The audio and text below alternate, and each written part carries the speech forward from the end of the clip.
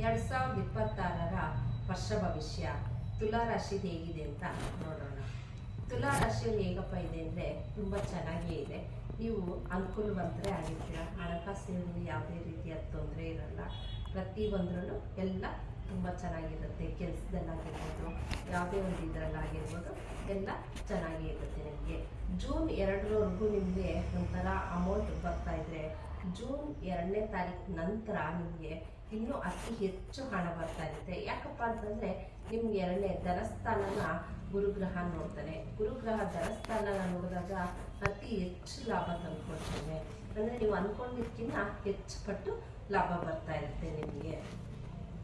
ಅದರಲ್ಲೂ ನೀವು ಏನು ಅಂತಂದರೆ ನೀವೇನು ಬೇಕು ಅದನ್ನೆಲ್ಲ ಖರೀದಿ ಮಾಡ್ತಾ ಇರ್ತೀರಾ.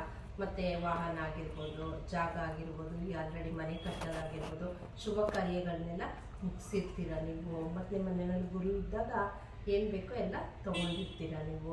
ಇನ್ನು ಮಕ್ಕಳ ವಿಷಯಕ್ಕೆ ಬಂದರೆ 5ನೇ ಮನೆಯಲ್ಲಿ ರಾಹು ಗ್ರಹ ಇರೋದ್ರಿಂದ ಸ್ವಲ್ಪ ಅವ್ರಿಗೆ ಓದೋದ್ರ ಬಗ್ಗೆ ಆಸಕ್ತಿ ಕಮ್ಮಿ ಇರುತ್ತೆ. ಯಾಕೆ ಅಂತಂದರೆ ಎಕ್ಸಾಮ್ ಬಂದು 3 ಮಾರ್ಚ್ ತಿಂಗಳು ಮತ್ತು ಏಪ್ರಿಲಲ್ಲಿ ಇರೋದ್ರಿಂದ ಆವಾಗ ರಾಹು ಗ್ರಹ ಅಲ್ಲೇ ಇರೋದ್ರಿಂದ ನಿಮ್ಮ ಮಕ್ಕಳುಗಳೇನಾಗ್ತಾರೆ ಅಂದರೆ ಓದೋದ್ರ ಬಗ್ಗೆ ಸ್ವಲ್ಪ ಆಸಕ್ತಿನ ಕಮ್ಮಿ ವಹಿಸ್ತಾರೆ. ನೀವು ಆದಷ್ಟು ಜಾಗೃತರಾಗಿ ಇವಾಗಲೇ ಜನವರಿ ತಿಂಗಳಿಂದಲೇ ಆದಷ್ಟು ಅವ್ರಿಗೆ ಓದಿಸ್ತಾ ಬಂದರೆ ಎಕ್ಸಾಮ್ ಟೈಮ್ನಲ್ಲಿ ಸ್ವಲ್ಪ ಕಷ್ಟಪಡೋದು ತಪ್ಪುತ್ತೆ.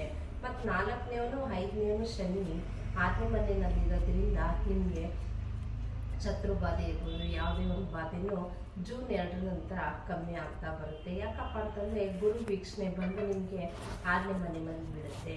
ಗುರು ಬಂದು ನೇರವಾಗಿ ತನ್ನ ರಾಶಿಯನ್ನು ನೋಡೋದ್ರಿಂದ 6ನೇ ಮನೆ ಶತ್ರು ಆಗಿರ್ಬೋದು, ಯಾವುದೇ ಒಂದು ಪ್ರಭಾವನ ನಿಮಗೆ ಕಮ್ಮಿ ಆಗ್ತಾ ಬರುತ್ತೆ.